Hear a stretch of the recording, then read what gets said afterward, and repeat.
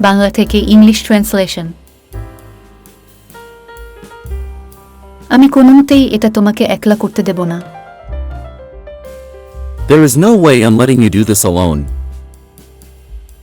সঠিক জিনিসটা করা সবসময় অত সহজ হয় না। It's not always so easy to do the right thing.